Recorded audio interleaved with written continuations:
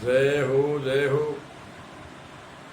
आत्मज्ञान कोई ऐसे लावर्ष नहीं है, इसके भी अनुबंध है। पीछे बताया आत्मज्ञान के अनुबंध है। पहला अधिकारी, संबंध, विषय और प्रयोजन। प्रयोजन यानी फल। अनुबंध वो अर्थ होते हैं शर्तें। पहली शर्त है अधिकारी। अधिकारी में सम मन को रोकना, दम इंद्रियों को रोकना और विवेकशील होना और गुरु शिष्य का संबंध होना। दूसरा और विषय, विषय क्या विषय है? इस लोक का विषय है या परलोक में? इस लोक में सुख चाहते हैं या परलोक में मोक्ष या मुक्ति का सुख? और चौथा है प्रयोजन यानी फल प्राप्त होना। ये चार आत्मज्ञान के अनुबंध है। इन अनुबंधों के बार बार संतों ने इनकी प्रेरणा दी है, शिक्षा दी है।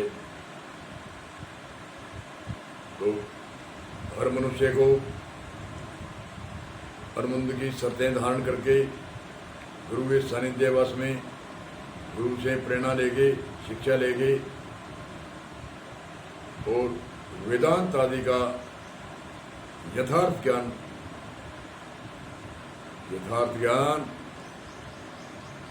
तीन प्रकार का ज्ञान होता है, रोचक, भयानक और यथार्थ। रोचक ज्ञान जो रुचि बढ़ाता है, ऐसे शब्द जैसे, और भयानक कहते हैं भयभीत की बातें, जैसे 84 लाख में बार बार जन्मना मरना, ये भयभीत बातें आदि आदि ऐसे। और रोचक रुचि भी, इनसे जीत सकते हैं हम, गुरु की शरण में जा सकते हैं, गुरु हमें उपदेश देंगे, गुरु हमसे भवसागर से त्याग देंगे। ऐसे ऐसे आदि आदि रुचि का ज्ञान जो होता है उसको कहते हैं रोचक ज्ञान। और यथार्थ ज्ञान कहते हैं भूत भविष्य तीनों कालों में कभी नाश नहीं होता, उसको कहते हैं यथार्थ ज्ञान। और ज्ञान का अर्थ है तत्व के द्वारा अध्यात्म ज्ञान को जानकर आत्मा के साक्षात दर्शन करने को ही ज्ञान कहते हैं। ऐसे रामचंद्र जी ने लक्ष्मण को बताया था। ज्ञान का अर्थ क्या है? यथार्थ को जानना। यथार्थ क्या है? ये अनात्मा शरीर है, इसमें आत्मा को जानना, आत्मा का साक्षात करना। मैं आत्मा हूँ, अनात्मा नहीं हूँ, मैं शरीर नहीं हूँ, मैं आँख नहीं हूँ, मैं कान नहीं हूँ, मैं इंद्रियाँ नहीं हूँ, मैं विषय नहीं हूँ, मैं अंतःकरण नहीं हूँ, मैं इनको जानने वाला हूँ। ये मेरा घर है, जैसे हमारे घर के अंदर हम कहीं सोने का स्थान होता है, कहीं रसोई करने का स्थान होता है, कहीं पूजा का स्थान होता है, ऐसे ही हमारी आत्मा है। ये शरीर रूपी अनात्मा है, इसमें ये अनात्मा है, ये रहने का घर है आत्मा का, जीवात्मा का। और जीव गुरु की शरण में जाके जीव का अच्छी तत्व निवृत्त हो जाते हैं और आत्मा में लय हो जाते हैं। आत्मा परमात्मा में लय हो जाती है। ऐसे ऐसे गुरु के सानिध्यवास में आत्मज्ञान का अनुमोदन करना चाहिए। तो इसको कहते हैं प्रयोजन फल। प्रयोजन फल यानी मोक्ष मुक्ति प्राप्त हो गई, यानी मोक्ष की।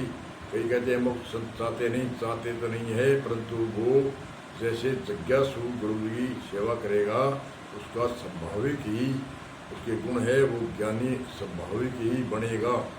वह चाहता नहीं मैं ज्ञानी बनूं, परंतु उसमें भक्ति करेगा जिज्ञासु, जो गुरु की आज्ञा में का पालन करेगा, स्वाभाविक ही वो ज्ञान की पदवी उसको प्राप्त होगी।